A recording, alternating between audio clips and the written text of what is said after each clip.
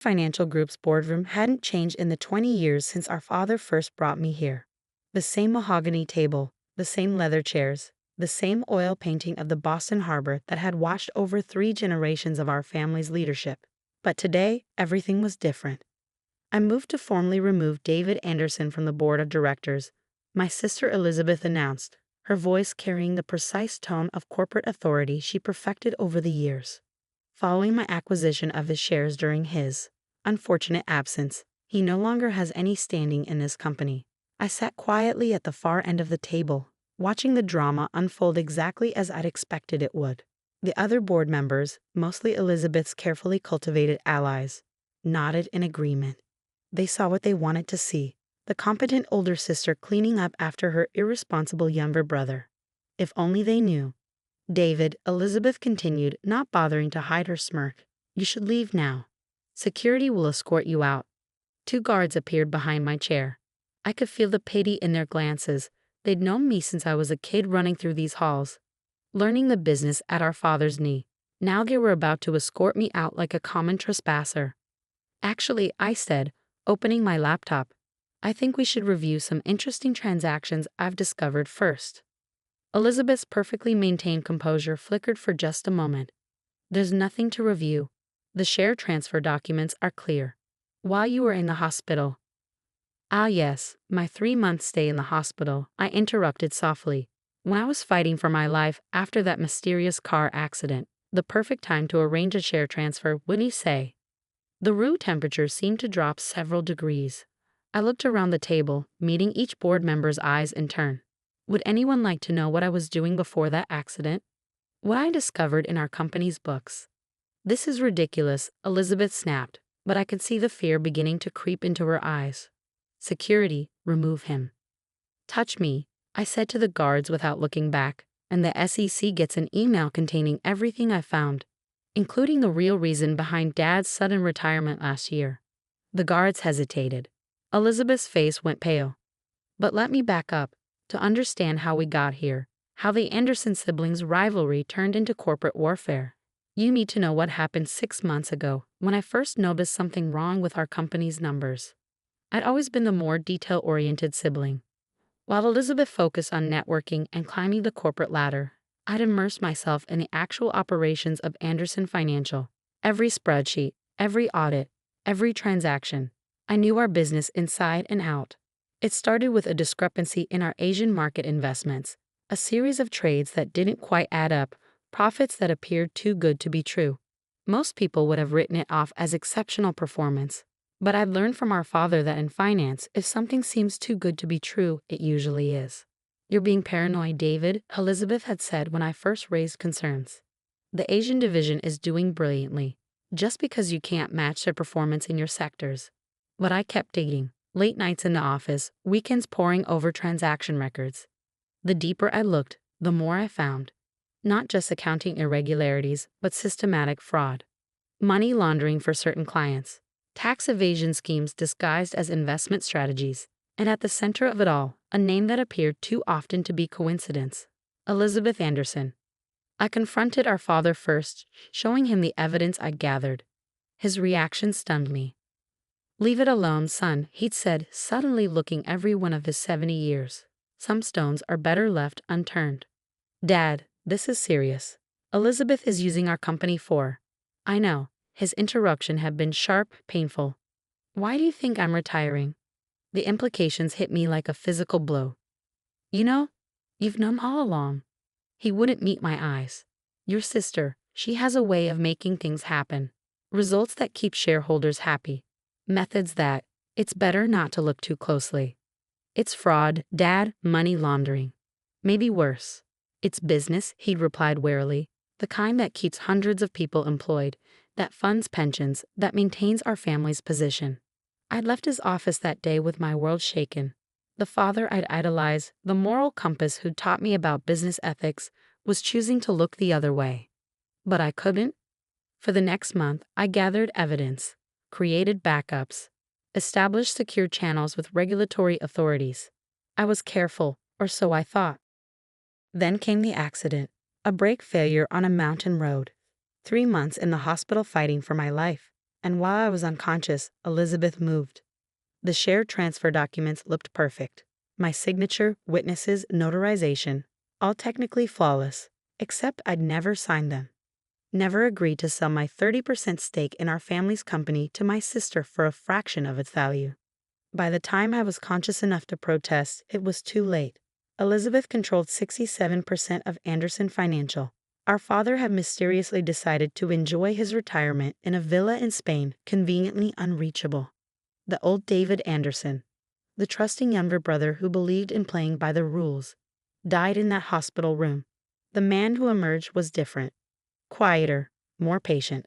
For 2 months after my release, I played the part they expected, the defeated sibling stripped of his birthright, nursing his wounds in exile. I sold my penthouse, moved into a modest apartment, started making noise about exploring other opportunities.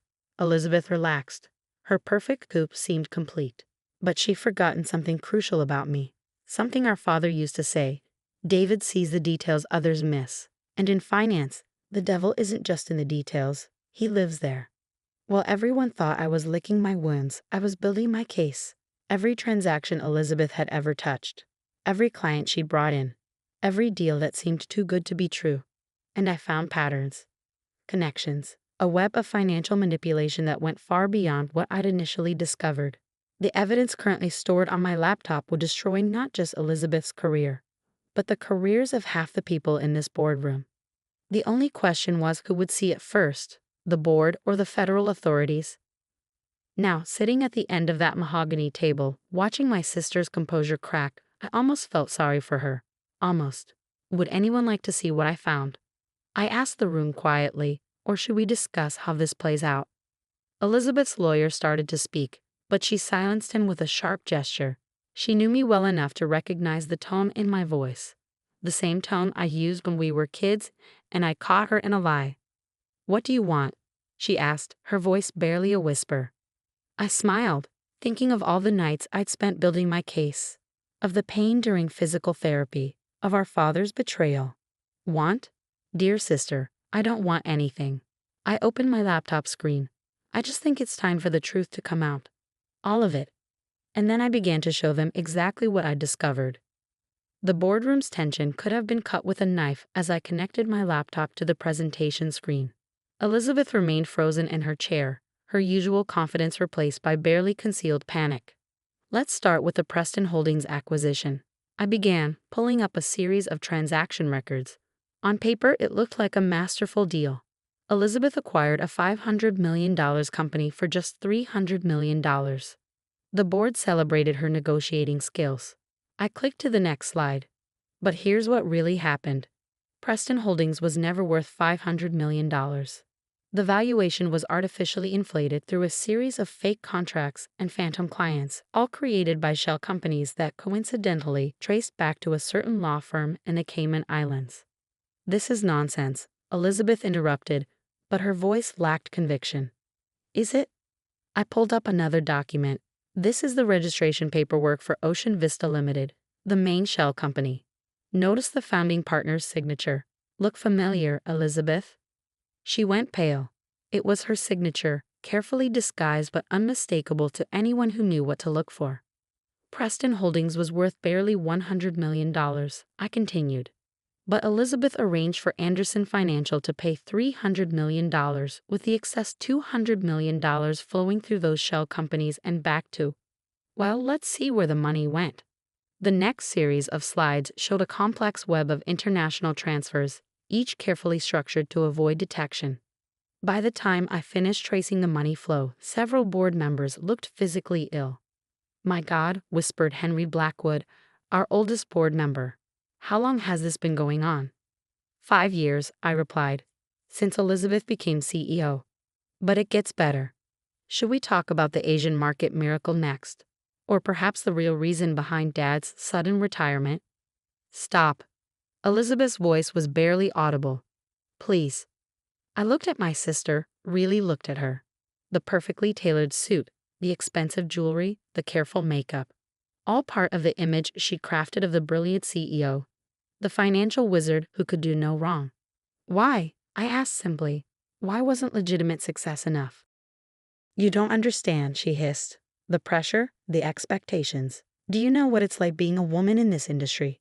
Having to be twice as good, twice as successful. So you decided to cheat, to steal, to try to kill me when I got too close to the truth. The boardroom erupted in gasps. Elizabeth's face went from pale to ashen. That's right, I continued, my voice hardening. The brake lines in my car didn't just fail spontaneously. I have the mechanic's testimony and the security footage showing who visited the parking garage the night before my accident. You can't prove that, Elizabeth whispered, but we both knew I could. I turned to address the board directly. While I was in the hospital, fighting for my life, my dear sister arranged to have my shares transferred to her control. The signatures are forgeries, the witnesses were bribed, and I have proof of all of it. What do you want? Henry Blackwood asked, his voice heavy with the weight of betrayal. The authorities should be here any minute, I finished for him. I contacted the SEC and FBI last week. They've been building their case independently, verifying everything I discovered. As if on cue, the boardroom doors opened. Federal agents streamed in, led by a stern-faced woman in a dark suit. Elizabeth Anderson, she announced. I'm Special Agent Sarah Martinez. We have some questions about your financial dealings. What followed was a blur of activity. Elizabeth was led away in handcuffs, her lawyer frantically making calls. Board members were served with subpoenas. The company's servers were seized. But before Elizabeth reached the door, she turned back to me. You've destroyed everything, she said bitterly. The company, the family name. No, I corrected her quietly. You did that. I'm just bringing back the truth. Hours later, after the agents had finished their initial sweep, I sat alone in my father's old office. The sun was setting over Boston Harbor, casting long shadows across the space where I'd spent so much of my childhood. My phone buzzed. A message from Dad in Spain. Is it done? Yes, I replied. Elizabeth's been arrested. The truth is out. His response came quickly. I should have listened to you sooner. I'm sorry. I stared at those words for a long time, thinking about family, loyalty, and the true meaning of legacy. Then I began typing. Come home, Dad. We have a company to rebuild. The next few months were a whirlwind of change. Elizabeth pleaded guilty to multiple federal charges, accepting a 15-year sentence rather than face a public trial. Several board members resigned in disgrace. The company's stock took a heavy hit when the news broke. But something unexpected happened too. As we cleaned house and implemented new transparency measures, clients began returning. Many had suspected something wasn't quite right under Elizabeth's leadership, but hadn't known where to turn. I was named interim CEO, though I insisted on an independent board majority and external oversight. The lessons of power concentration were not lost on me.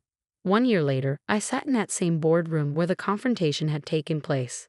The mahogany table still gleamed, the harbor painting still washed over us. But everything else had changed. Our father had returned from Spain, not as an executive but as an advisor, helping us rebuild trust with long-term clients. He was different now. Humbler, more willing to acknowledge past mistakes. You've done something remarkable, he told me after a particularly successful quarter. You've brought honor back to the Anderson name. Not just me, I replied. Everyone who chose truth over convenience, ethics over easy profits. The company's new slogan, displayed prominently in our lobby, read, Success through integrity. It wasn't just words. We'd implemented stringent oversight measures, established anonymous reporting channels, and created an independent ethics committee. Elizabeth's story became a cautionary tale in business schools, a case study in how the pressure to succeed at any cost can corrupt even the most promising executives.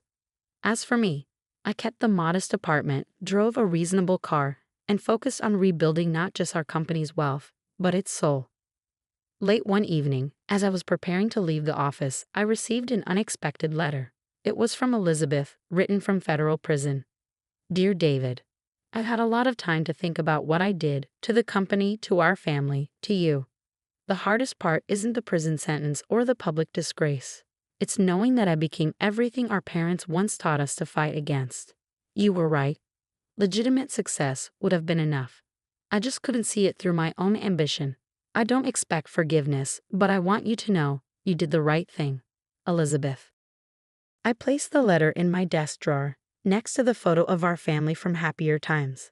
Then I turned back to my work, reviewing audit reports, checking compliance measures, ensuring that what happened under Elizabeth's leadership could never happen again. Because in the end, true success isn't measured in profit margins or stock prices. It's measured in the strength of our principles, in our willingness to stand for what's right, even when it costs us everything we thought we wanted. And sometimes the greatest victory isn't in destroying our enemies, but in rebuilding what they tried to corrupt.